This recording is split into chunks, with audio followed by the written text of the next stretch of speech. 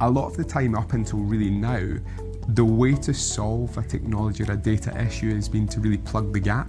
The dream situation is that we absolutely knock down this ideology that we need to be silos in operation. What that means now is that when we look back into architectures, environments of clients, we're just seeing a mismatch of a lot of different components, data sources, people are collecting things they didn't even know they collected, all this sort of stuff. So realistically, and that's where the challenges come with users. They don't know where the data's come from because it's such a mess. So our methodology is that we'll go in and really deep dive into the data, work with clients and really looking at user cases and really understanding how they run their business today.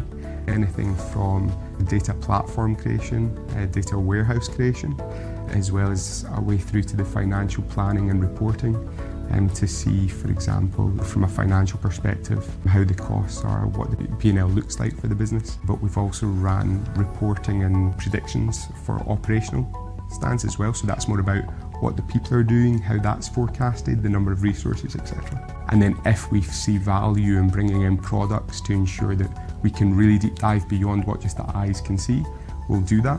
And then also that brings the longevity to that analysis as well. So it means we can continuously keep up to date with how they're performing, etc.